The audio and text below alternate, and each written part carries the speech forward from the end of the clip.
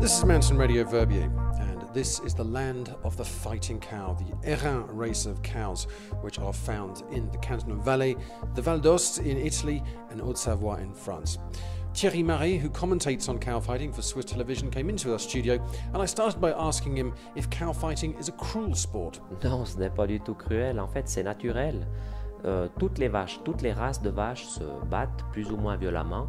Et puis chez nous, avec la race d'Hérin, c'est plus violent si on veut, mais beaucoup, les bêtes ne se blessent pas plus que dans d'autres races. Et puis c'est bien sûr plus intéressant pour nous puisqu'on voit des combats un petit peu plus violents.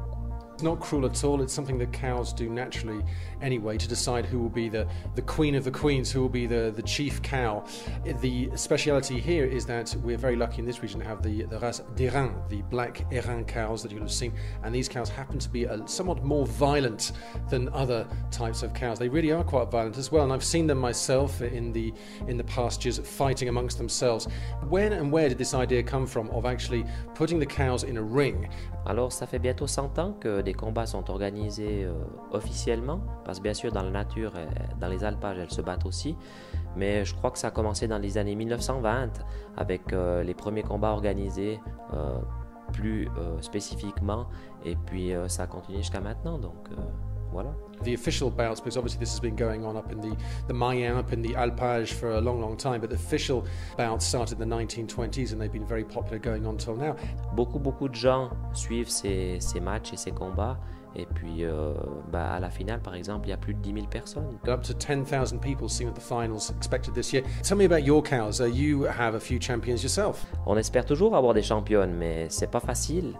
Donc personnellement je préfère l'alpage que les combats organisés, parce que dans les combats c'est quand même 1 heure de temps.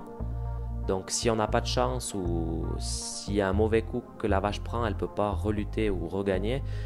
Par contre à l'alpage elles ont 100 jours pour regagner si elles veulent vraiment devenir dans les meilleurs. Thierry prefers the natural surroundings where really the cows can have the whole 100 days in order to decide which is going to be the queen of the herd.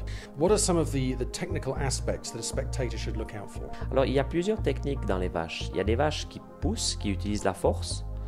Il y en a qui utilisent la nuque, donc qui essayent de tordre la tête de l'autre adversaire. Puis il y en a qui emploient les cornes et puis qui essayent de marquer l'adversaire au front ou sur les joues pour gagner la lutte. Et puis souvent, nous, on préfère, pour voir lutter, on préfère les vaches qui emploient les cornes parce que c'est plus impressionnant, mais c'est pas toujours celles-là qui deviennent reines. Hein.